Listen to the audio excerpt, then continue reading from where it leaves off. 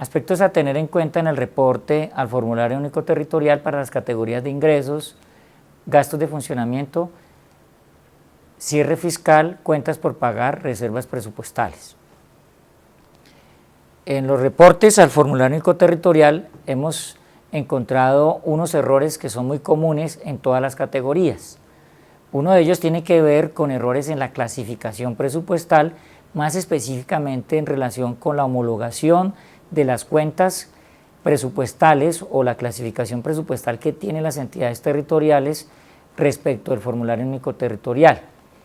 Es importante que la entidad territorial, ya sea que tenga un sistema de información o que reporte una información básica en un sistema de la entidad, haga las homologaciones para que cuando baje la información y haga los reportes en los archivos planos al FUT estén debidamente evaluadas y revisadas, que las cuentas están de acuerdo con la categoría, con las clasificaciones que tiene y los códigos que tiene el FUT. Otro de los problemas que tenemos con las entidades territoriales son aquellas que hacen reportes extemporáneos al FUT. No tienen en cuenta las fechas que se han establecido para los reportes oportunos y para aquellos reportes que son adicionales, en los cuales hay unas fechas establecidas en el portal del CHIP. Otro de los aspectos a tener en cuenta es que la entidad territorial debe hacer el reporte completo de todas las categorías y cuando no aplique se debe hacer la gestión correspondiente para indicar de que dicha categoría no aplica. Por ejemplo, el caso de la deuda pública cuando la entidad territorial no tiene deuda pública o no tiene saldo de deuda pública. Es importante tener en cuenta que la información que debe reportarse al FUT debe ir en miles de pesos, pero algunas entidades están haciendo el reporte completo de todas las cifras de pesos. Esto lo hemos evidenciado porque cuando vamos a ver una información de una vigencia a otra, la variación es demasiado grande y encontramos que para un año nos reportan en miles y para el año siguiente nos reportan en pesos. Otro de los aspectos a tener en cuenta son las inconsistencias entre reportes de categorías relacionadas. Asimismo, hemos visto, por ejemplo, reportes de destinaciones específicas dadas por ordenanza o por acuerdo. Las entidades territoriales tienen destinaciones específicas en sus ingresos tributarios y no tributarios. Recordemos que el formulario único territorial en la categoría de ingresos solicita que se registre la información relacionada con las destinaciones específicas dadas por estos actos administrativos, ya sea por ordenanza en el caso de los departamentos o por acuerdo en el caso de los municipios. Entonces, la entidad territorial no está reflejando allí las destinaciones específicas y esto imposibilita o emite un cálculo errado de los ingresos corrientes de libre destinación. Hay entidades territoriales que si bien reporta la información relacionada con las destinaciones específicas, hace dobles reportes tanto en porcentajes como en el valor absoluto. Entonces, cuando se va a hacer el cálculo de los ingresos corrientes de libre destinación, pues el valor de los ingresos son menores porque nos han reflejado la información por porcentaje y a su vez la entidad territorial calcula el valor del valor absoluto. Entonces es como casi restarle otra vez el mismo valor del porcentaje o su equivalente. Tenemos también errores en los conceptos. Hay municipios, por ejemplo, que reportan el impuesto de degüello ganado menor en la cuenta de degüello ganado mayor. Entonces no debería suceder porque estas cuentas, la de degüello ganado menor es de municipios y la de degüello ganado mayor es de los departamentos. Por ejemplo, en el caso del impuesto de vehículos, los municipios deben reportar el valor del 20% equivalente al impuesto de vehículos en la cuenta que para tales efectos está en transferencias, departamentos, impuesto de vehículos. O a veces nos están reportando tanto en la cuenta de impuesto de vehículos como en la cuenta de transferencias. Hay entidades territoriales que tienen recaudos sin situación de fondos. No nos están informando estos datos y por obvias razones entonces vamos a tener reportes inconsistentes.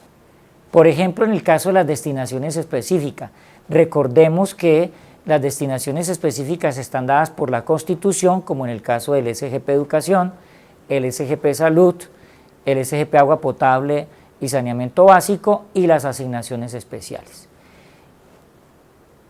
Esos datos no necesitan que la entidad territorial reporte que tiene 100% destinación específica, porque eso ya lo sabemos tanto el DNP como el Ministerio de Hacienda o las demás entidades del orden nacional que hacemos seguimiento a la información del reporte de ingresos. Otras destinaciones están dadas por la ley. Por ejemplo, las estampillas todas tienen el 100%, la sobretasa ambiental o la participación para la corporación autónoma, la sobretasa bomberil, la contribución sobre contratos de obra pública, la contribución de valorización. Ahora viene un cambio en el caso de la contribución por alumbrado público. Recordemos que anteriormente estaba como un impuesto y ahora a través de la ley del plan, el artículo 191, estableció que va a ser una contribución. Luego entonces en las cuentas del año 2015 todavía aparece como impuesto de alumbrado público y a partir del año 2016 va a aparecer como una contribución. Luego este es un recaudo que tiene 100% destinación específica. Y finalmente nos queda por ley el 1% de los ingresos corrientes para todo el tema ambiental. Luego tenemos las destinaciones específicas dadas por acuerdo. Estas pueden ser de 3 modalidades. Una, a través de un porcentaje del recaudo de la renta, o 2, por valor absoluto de la renta, o 3, por la combinación de un porcentaje y el valor absoluto. En el caso de las destinaciones específicas dadas por acuerdo, tenemos 3 posibilidades. Una es cuando hay un porcentaje dado de la renta como destinación específica, en el otro un valor absoluto de la renta dado en destinación específica, o una tercera opción que es una combinación de estas dos situaciones. Es decir, que se asigna un porcentaje de destinación específica y adicionalmente se establece un valor absoluto de destinación específica de la renta. Por ejemplo, ¿cómo haríamos el reporte para cada uno de estos casos? Entonces, en acto administrativo debemos colocar el número del acto administrativo y la fecha o el año del acto administrativo. Para el caso de una destinación específica dada por porcentaje, pues entonces en la columna correspondiente colocamos el porcentaje. Un ejemplo, el 10%, y en el valor absoluto colocamos 0. Cuando tenemos un valor absoluto de la renta, entonces en ese caso reportamos valor 0 en porcentaje, y en la columna correspondiente a valor absoluto pues incorporamos el valor absoluto de la renta que se ha dado en destinación específica. Cuando tenemos una combinación tanto de porcentaje como valor absoluto, entonces allí sí vamos a incorporar en la columna porcentaje el porcentaje dado de destinación específica y el valor absoluto. Aquí en este caso debemos tener en cuenta que ese valor absoluto no necesariamente corresponde al mismo porcentaje que ha sido dado en destinación específica. Otro aspecto, por ejemplo, es el caso en que en un año la entidad territorial reporta las destinaciones específicas, pero al siguiente año no nos está haciendo ese reporte. Entonces estamos viendo que en diferentes años aparecen y desaparecen las destinaciones específicas. En el caso del Sistema General de Participaciones encontramos diferencias entre el valor asignado, el valor girado y el valor ejecutado. Recuerden que una vez el Departamento Nacional de Planeación ha realizado la asignación a través de los diferentes COMPES, la entidad territorial debe hacer el respectivo ajuste en su presupuesto para que el valor asignado corresponda efectivamente al valor en la apropiación definitiva o en presupuesto definitivo. El valor girado pues obviamente corresponderá al valor asignado y por supuesto el valor ejecutado deberá ser no mayor al valor asignado. En el caso de los municipios de categorías cuarta, quinta y sexta no están haciendo el registro de la cuenta respectiva del valor de la libre destinación del SGP, o a veces lo están cruzando con el de libre inversión. Entonces, para esos municipios, recuerde que los municipios de categorías cuarta, quinta y sexta, el valor asignado de libre destinación computa como un ingreso corriente de libre destinación. Luego, al no estar incorporado en la ejecución presupuestal o en el reporte del formulario único como tal, pues entonces no le estará sumando como ingreso corriente de libre destinación. En el caso de los recursos del balance, algunas entidades territoriales están haciendo duplicidad de registros. Por ejemplo, además de los recursos del balance, registran también el valor que garantiza o soporta o financian las reservas presupuestales y también las cancelaciones de reservas. Recuerde que la cancelación reserva es un valor que sale de aquella cancelación de reservas, es decir, de aquellos compromisos que han sido adquiridos y que efectivamente no fueron ejecutados durante la vigencia que tenía para poderse ejecutar. Luego estos recursos van al presupuesto de ingresos de capital como recursos cancelación reservas. Pero a su vez hay entidades territoriales que están confundiendo este concepto y adicionan allí también el valor que soporta las reservas presupuestales. Recuerden ustedes que las reservas presupuestales, el valor puede estar por fuera del presupuesto, ya que hay un reporte especial para ese tipo de ejecuciones. En el caso de los departamentos, no están reportando en el caso del impuesto de vehículos, sino el 80% del valor del impuesto de vehículos. Recuerden que los departamentos deben hacer el reporte del 100% del recaudo en la cuenta respectiva a impuesto de vehículos y en el caso de la transferencia por el gasto, hacer el respectivo registro para que quede balanceado tanto el ingreso como el gasto. La venta de activos se debe detallar por sector, ya sea la venta al sector público o al sector privado. Recuerden que las entidades territoriales tienen la obligación de hacer el aporte al FOMPET del 15% por la venta de activos al sector privado. Entonces, si una entidad territorial ha vendido activos al sector público, pero por error lo registra como venta del sector privado, obviamente que ese reporte va a quedar erróneo y le va a generar un aporte al FOMPET del 15%.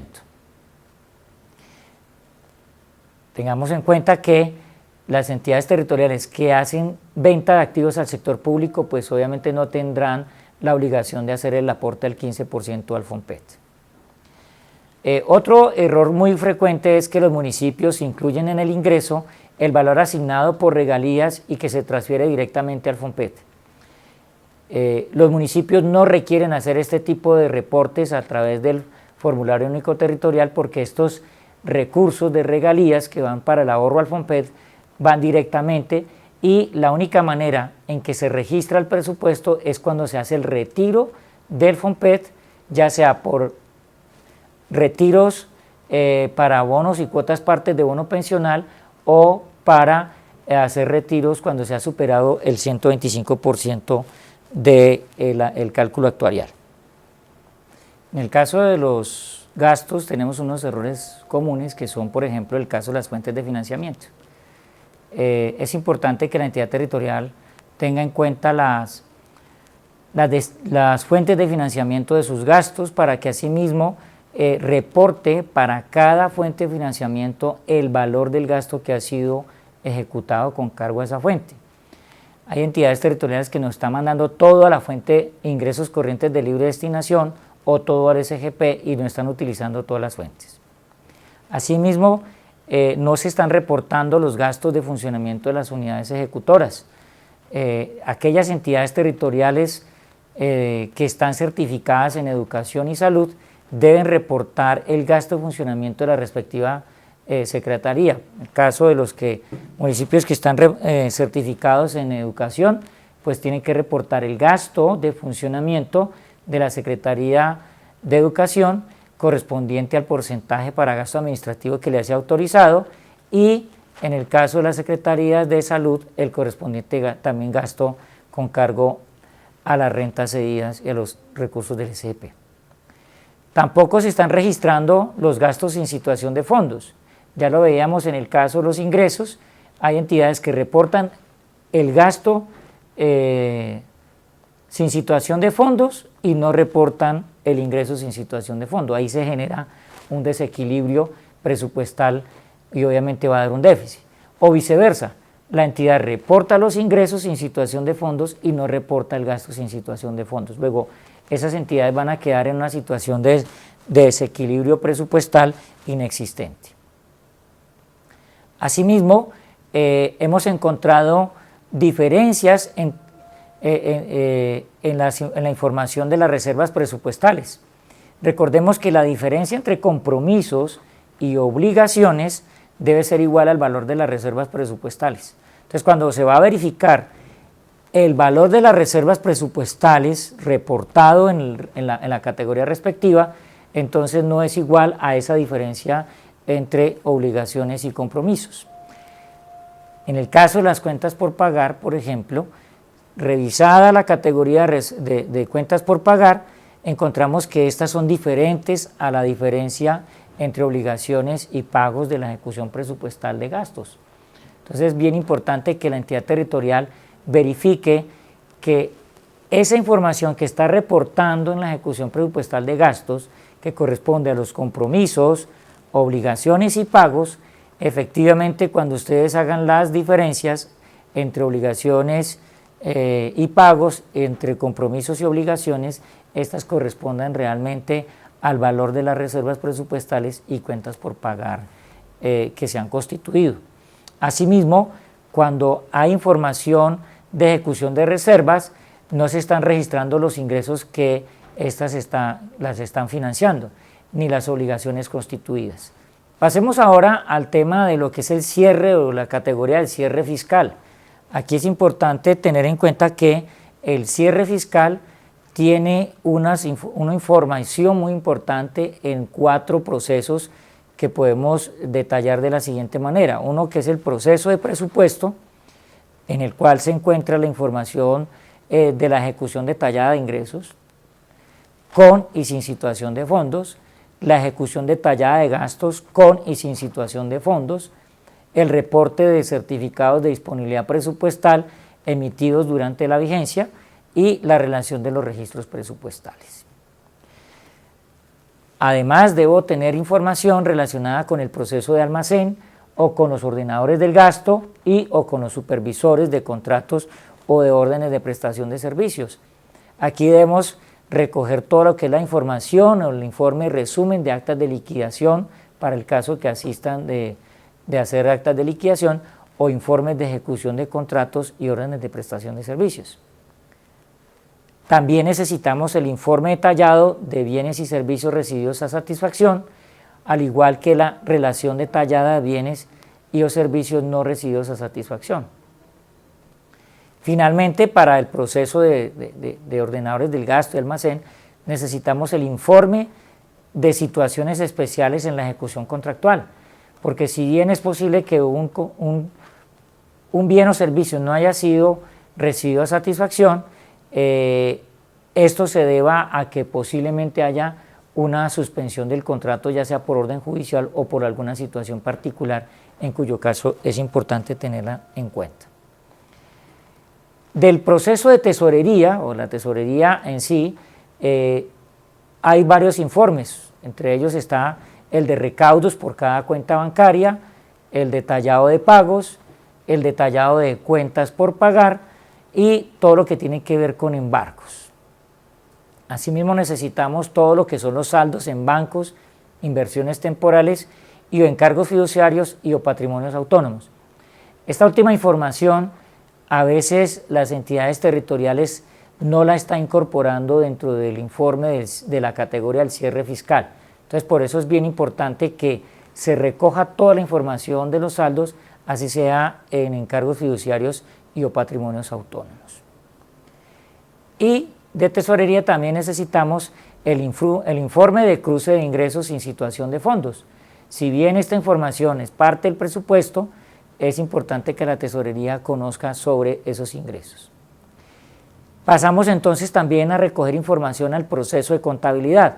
En él necesitamos toda la conciliación de módulos entre tesorería, rentas, presupuesto. De tal manera que esa conciliación implica que la información que está en la contabilidad por la parte de ingresos efectivamente corresponda a el módulo de tesorería y al módulo de presupuestos.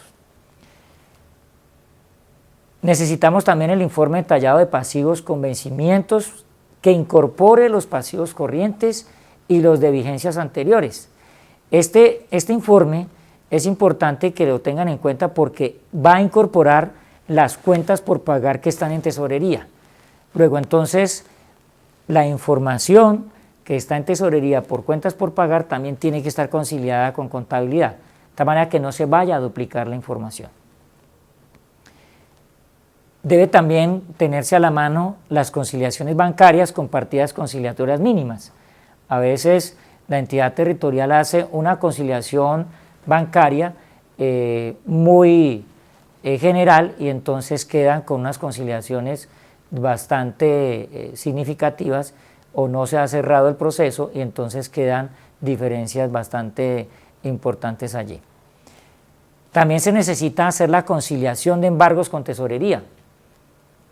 Dado que el informe de tesorería contiene embargos, pues entonces estos deben también estar registrados en la contabilidad. Y nos queda la hoja de trabajo de conciliación de estados financieros debidamente actualizada. Tengamos en cuenta que el proceso de ejecución del gasto durante una vigencia fiscal puede tener tres situaciones particulares.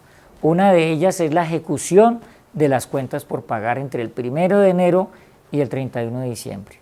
Es decir, en una vigencia fiscal, entre el 1 de enero y el 31 de diciembre, es posible que al haberse constituido cuentas por pagar de la vigencia anterior, en esta vigencia se estarán haciendo los pagos de esas cuentas por pagar. Asimismo, al haberse constituido reservas presupuestales de la vigencia anterior, entonces entre el 1 de enero y el 31 de diciembre se estarán ejecutando esas reservas presupuestales. Y por la parte ya del gasto como tal de la vigencia en curso, pues entre el 1 de enero y el 31 de diciembre estarán ejecutándose todos los gastos que se comprometen con cargo al presupuesto autorizado de la vigencia. Bien, entonces, si hacemos un ejercicio breve del cierre fiscal, recordemos que la ejecución de ingresos y gastos nos puede dar tres posibles resultados. Uno en el cual los recaudos son iguales a los compromisos. En ese evento entonces tenemos un resultado equilibrado. La otra situación es cuando los recaudos son menores a los compromisos. En ese evento entonces tenemos un déficit.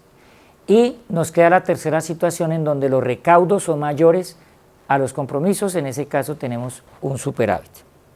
Si hacemos un ejercicio del cierre de la vigencia, vemos que este debe hacerse por las diferentes fuentes que tiene el municipio o el departamento.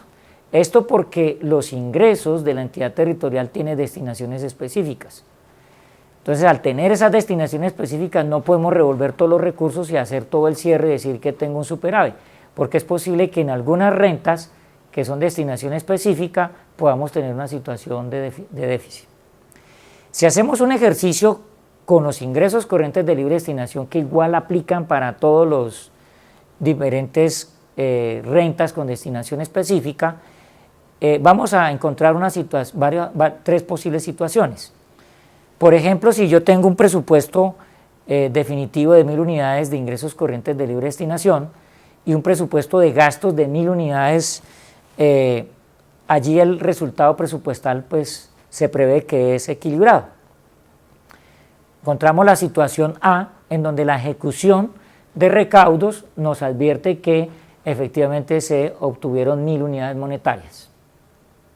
Y por el lado del gasto se realizaron compromisos por 1000 unidades monetarias. Quiere decir esto que para la fuente de financiamiento de ingresos corrientes de libre destinación tenemos un resultado equilibrado.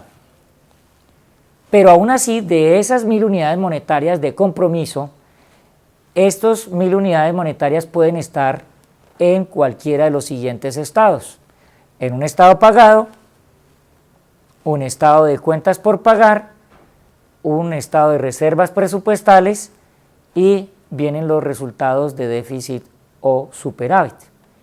Para el caso del ejemplo que estamos viendo, entonces de esos 1000 unidades monetarias de compromiso, es posible que durante la vigencia se hayan pagado 600 unidades monetarias.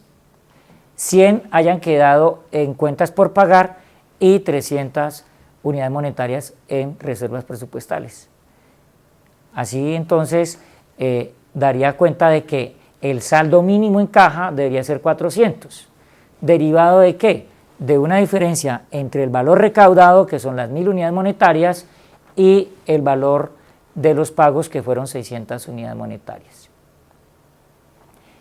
Esas 400 unidades monetarias lo que están haciendo en esencia es cubrir los 100 de las cuentas por pagar y los 300 unidades monetarias de las reservas.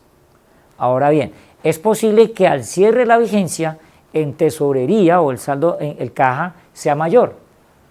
Esto se produce porque allí posiblemente en el saldo de tesorería hayan recursos, por ejemplo, de rendimientos financieros que no han sido debidamente incorporados al presupuesto, o dos, porque hay saldos de cheques girados no cobrados, y también porque hay recursos que son recaudos a favor de terceros que todavía están pendientes de giro. Por ejemplo, la retención que se le hace a la nómina para la salud de los empleados.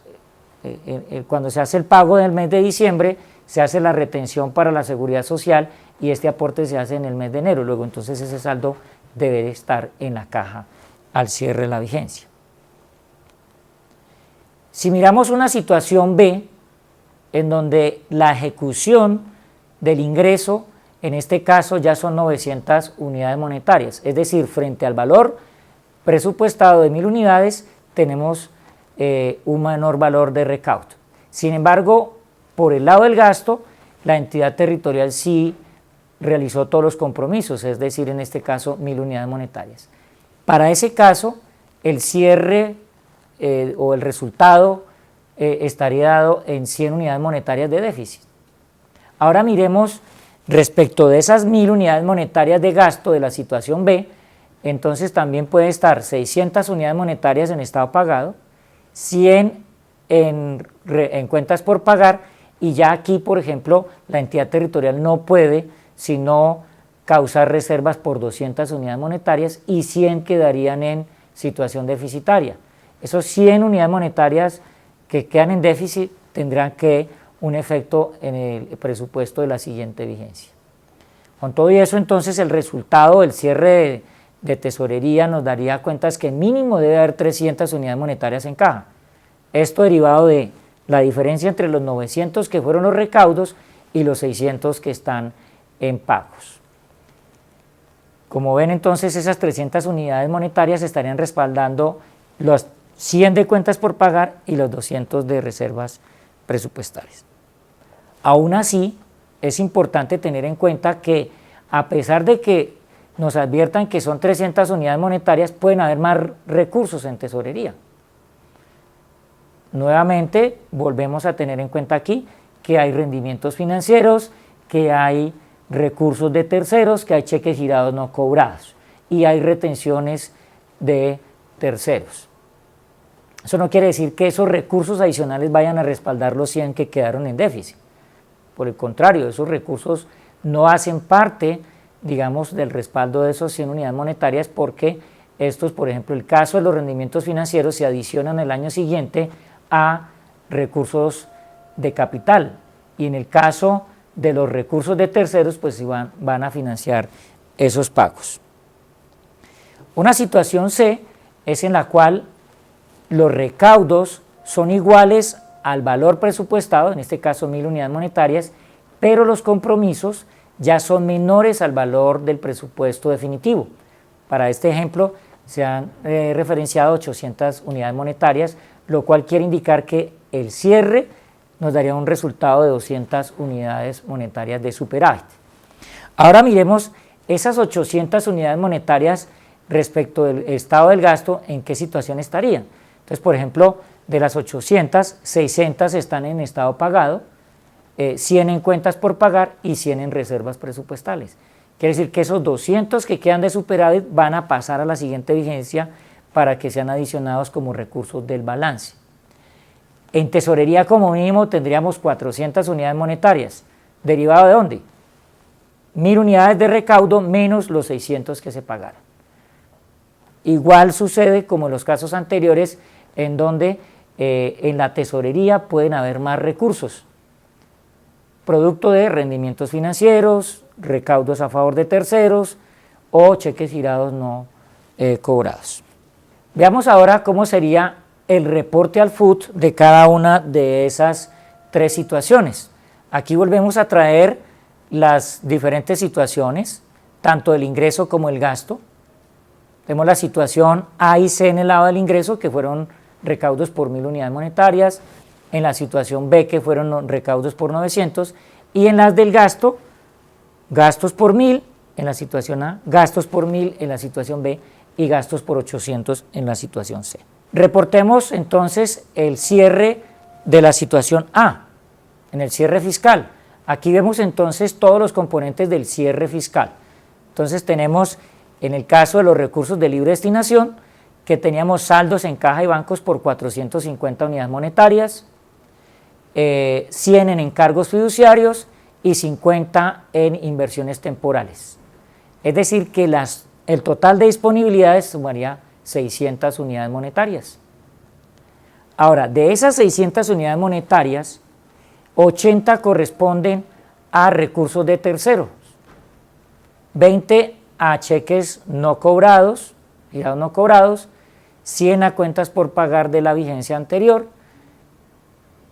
las que se cerraron, y 0 en cuentas por pagar de vigencias anteriores, 0 en otras exigibilidades y 300 en reservas presupuestales. Quiere decir que entre el valor de los recursos de terceros y los 300 de las reservas presupuestales, esto nos suma 500 unidades monetarias de exigibilidades y reservas. Si hacemos la diferencia entre total de disponibilidades y el total de exigibilidades, para este caso el reporte daría un superávit de 100 unidades monetarias. Sin embargo, la situación A, en la cual decimos que recaudamos 1000 unidades monetarias y se comprometieron 1000 unidades monetarias, pues entonces pareciera que no debería haber superávit. Sin embargo, miremos otra forma de reportar la información en la cual ya en rojo aparecen unas diferencias frente al reporte anterior. Mantenemos los mismos datos de total de disponibilidades por 600, pero frente a la situación anterior, observe que ya hay unas cuentas por pagar de vigencia anteriores por 30 y otras exigibilidades por 70. Quiere decir esto entonces que no habría superávit ni déficit, habría una situación de equilibrio. Este reporte lo que está advirtiendo es que la entidad territorial, ¿sí?, con base en el cierre de la vigencia, ¿sí?, no tiene ningún superávit, no tiene rendimientos financieros, luego entonces el valor que está de disponibilidades está respaldando toda una serie de obligaciones. Esta debería ser la lógica, no la anterior, porque la anterior está dando cuentas que le sobraron 100 unidades monetarias de superávit cuando efectivamente la entidad territorial tiene una situación de cuentas por pagar de vigencias anteriores y otras exigibilidades. La situación B, en la cual hay un déficit, pues entonces encontramos que la entidad puede tener disponibilidades por 500 y exigibilidades por 600. Allí volvemos y nuevamente encontramos que aparecen exigibilidades de años anteriores y cuentas por pagar de vigencias anteriores que estarían sumando 100 unidades monetarias. En el caso del cierre fiscal del C, en donde nos quedamos con un superávit de 200, pues entonces aquí en este caso tendríamos disponibilidades por 700 y exigibilidades por 500 unidades monetarias. Aquí en este caso estaríamos entonces haciendo un reporte de toda la categoría del cierre fiscal, para lo cual debemos tener en cuenta que por cada una de las fuentes de destinaciones que tiene los recursos de las entidades territoriales debemos hacer el respectivo reporte tanto de saldos en caja, en encargos fiduciarios, inversiones temporales y las disponibilidades. Asimismo, el valor de las exigibilidades para obtener realmente el superávit o déficit. Cualquier inquietud que usted tenga relacionado con los reportes de ingresos, gastos de funcionamiento, cierre fiscal, reservas presupuestales, cuentas por pagar, servicio de la deuda, deuda pública, puede comunicarse al 381-1700, extensión 3265 con el doctor Harvey Lazo, quien es el funcionario encargado de la mesa de ayuda para estas categorías que he mencionado. Sin embargo, también puede hacer cualquier consulta a través del correo electrónico hlazo@minahacienda.gov.co o a través de la página del FUT. Muchas gracias y esperamos que haya sido de utilidad este video.